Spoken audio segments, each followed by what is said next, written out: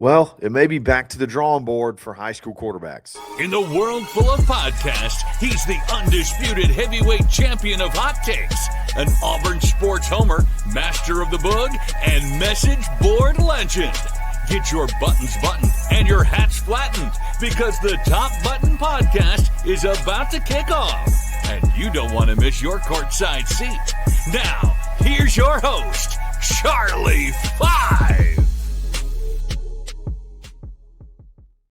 Yes, sir. We're back. It's another episode of the Top Button Podcast. I'm your host, Kyle Rush, a.k.a. Charlie Five, and we are ready to get after it. Huge recruiting weekend this past weekend, but maybe not the best news on the horizon for Auburn's top quarterback target. Maybe back to the drawing board there. We'll talk about that. Auburn did land a big commit, and then who could possibly be on the horizon, or what is the outlook from here on out now that A-Day and spring is over and you can maybe focus your efforts on filling out this high school recruiting class. We're going to talk about all that in just a second, but we're going to jump right in to the quarterback conversation. Hey, it's a whirlwind when you're a new coach that's hired.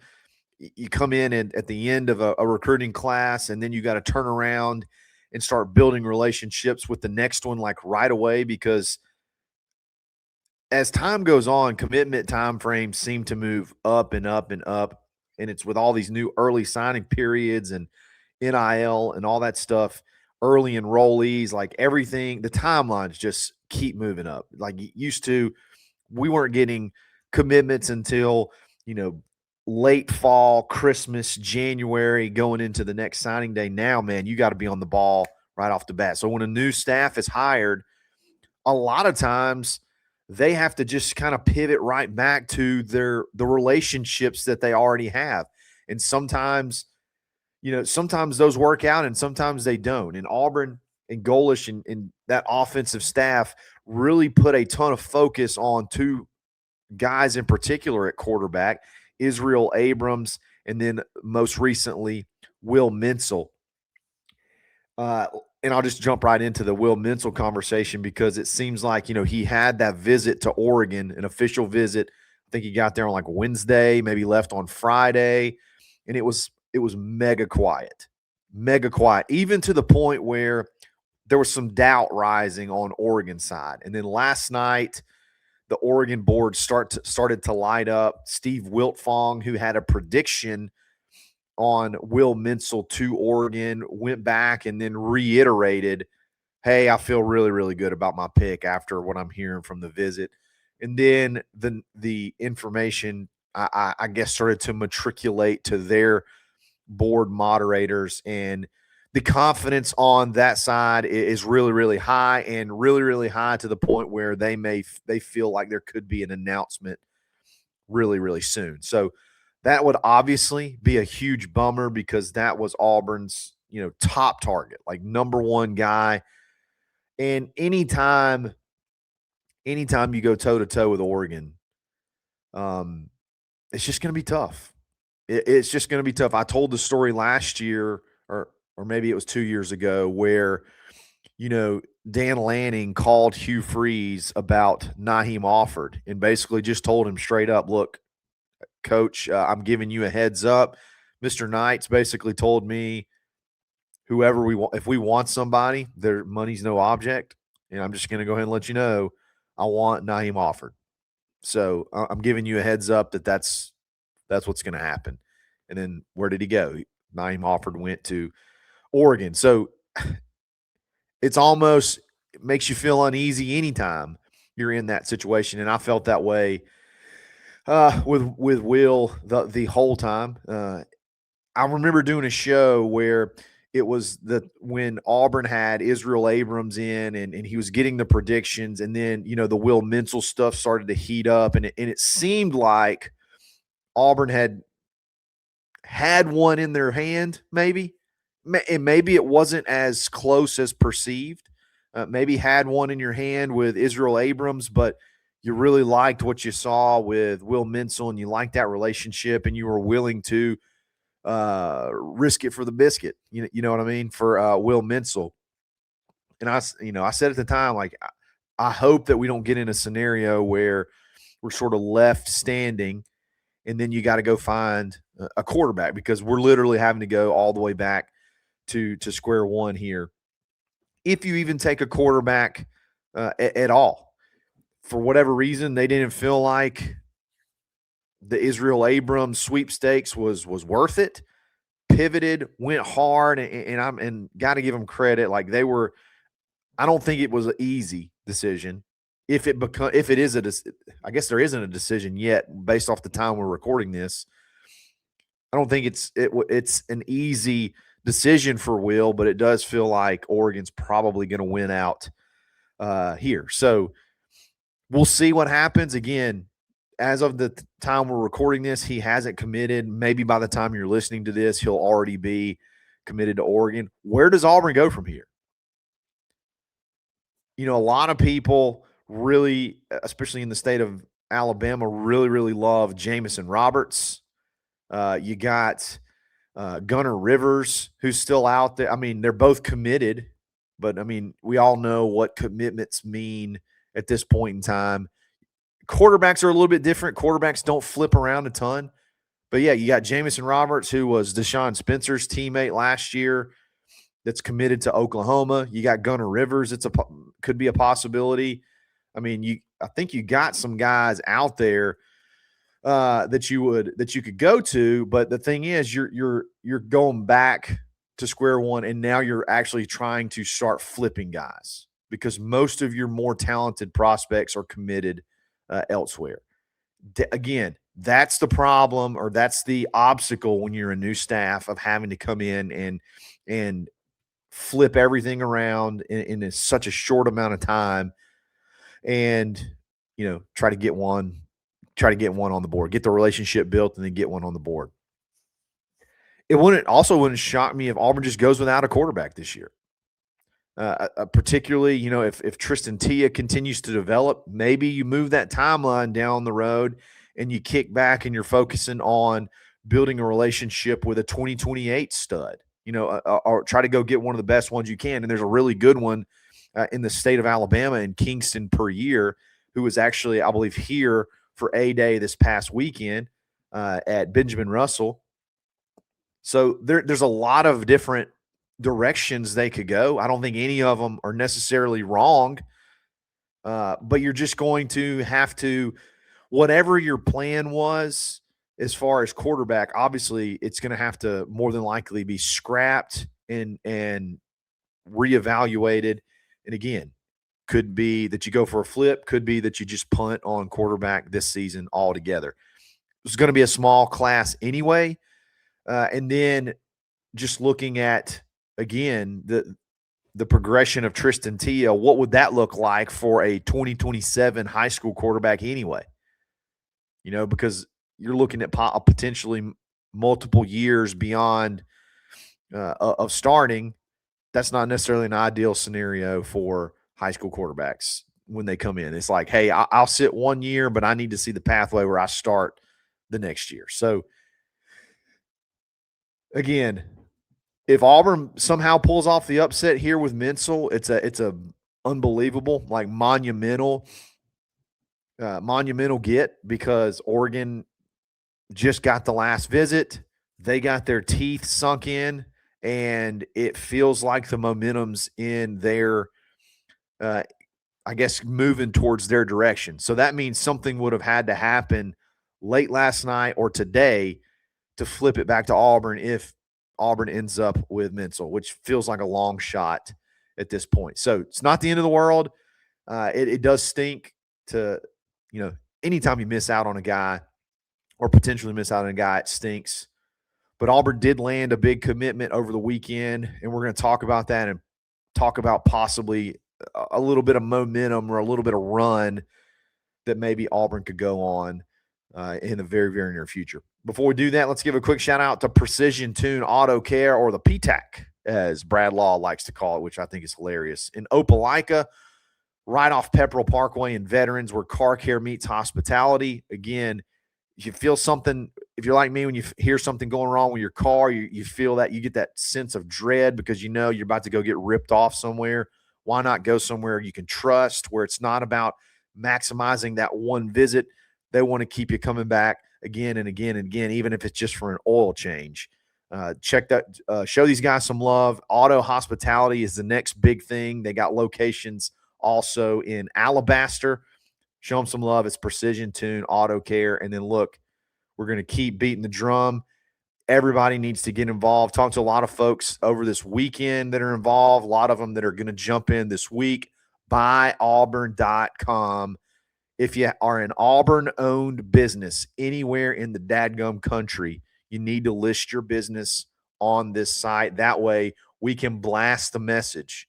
Hey, it doesn't matter where you're going. You're going to Texas, you need a financial advisor. Hey, we got somebody in Texas. Hey, you need to go, very soon you want to go to Carrollton, Georgia, and you need a landscape company. Hey, we got an Auburn person, and so on and so forth. Hey, we just had someone new sign up. Hey, you want to have the birthday signs in your yard, like for your kids or for graduation or for anniversary or whatever. You want to really go big. Hey, we got a company for that too here locally. So let's show love to Auburn business owners. And buy Auburn, man. Start the movement. It's buyauburn.com. We'll be back right after this.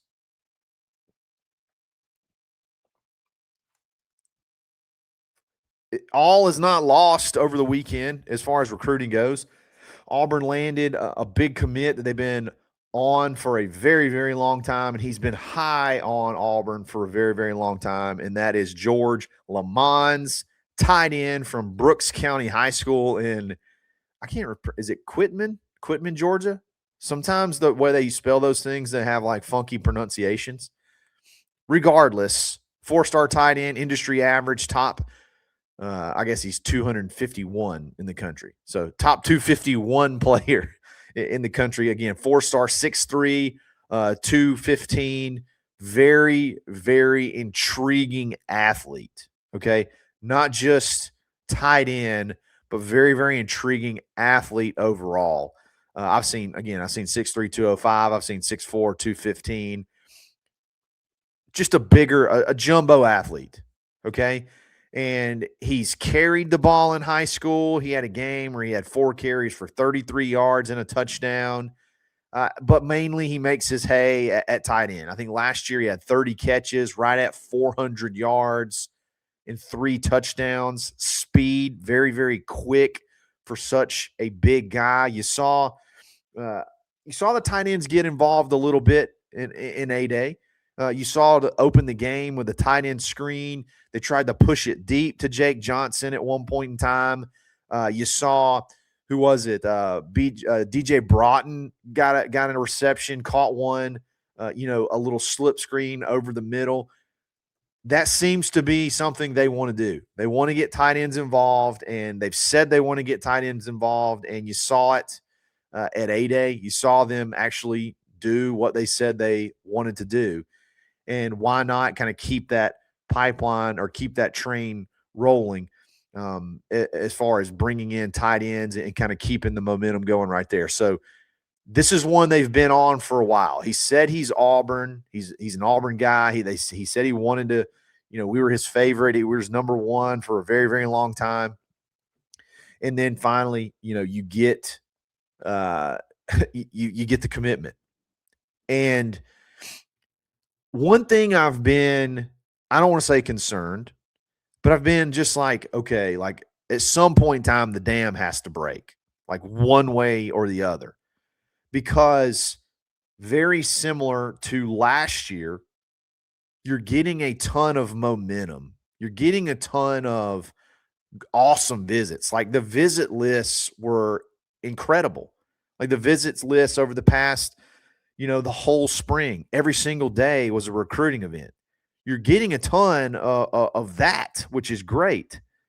But you weren't getting commitments. And then last week you lost a commitment. Coincidentally, a tight end.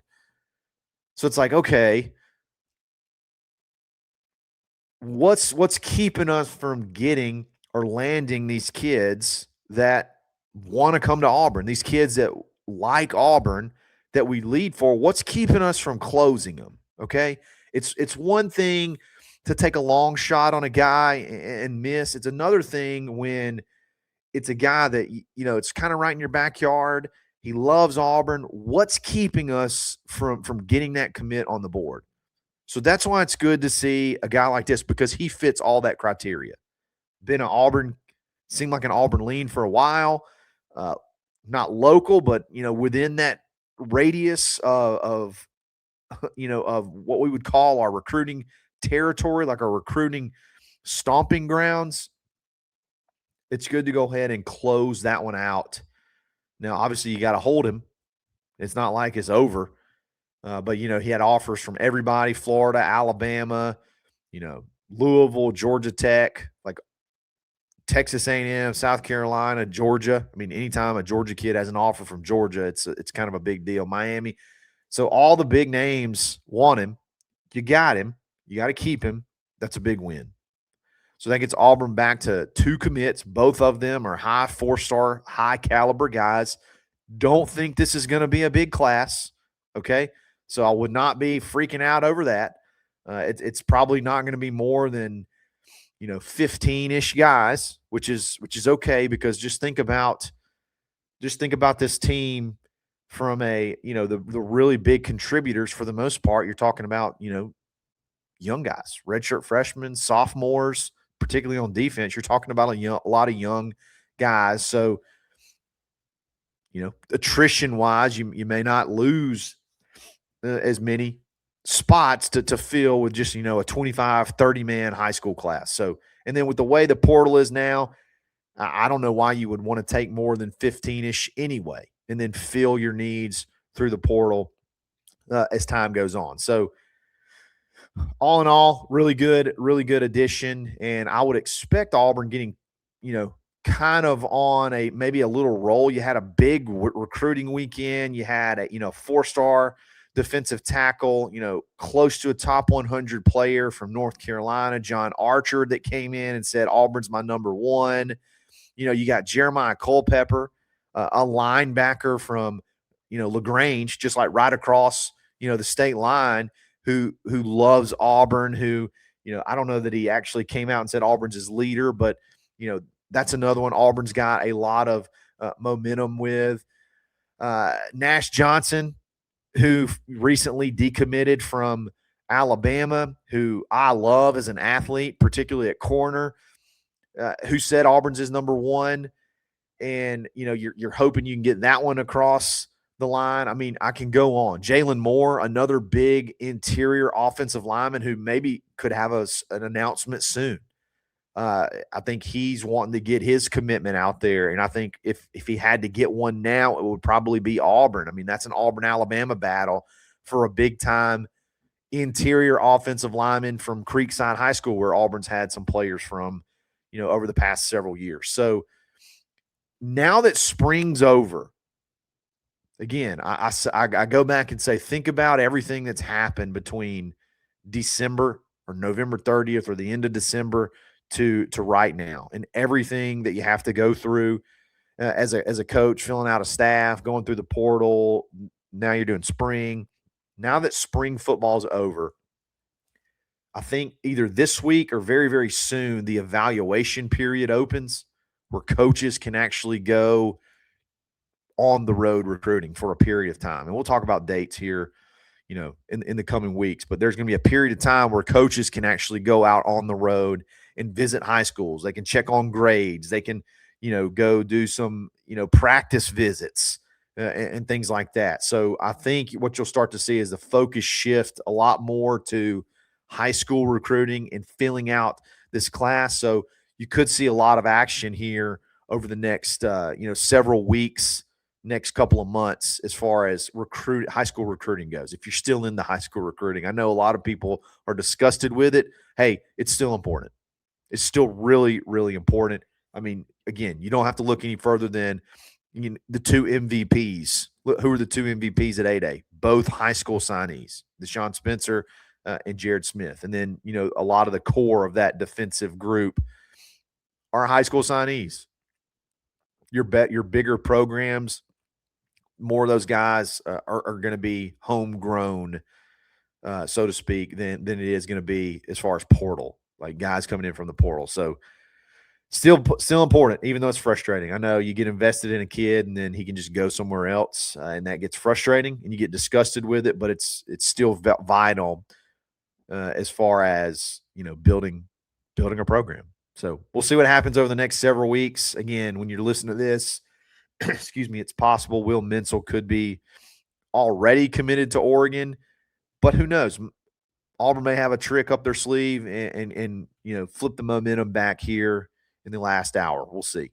Guys, let me know what you think. We'll talk again soon. It's another episode of the Top Button Podcast. Stay buttoned. Thanks for listening, and drive home safely.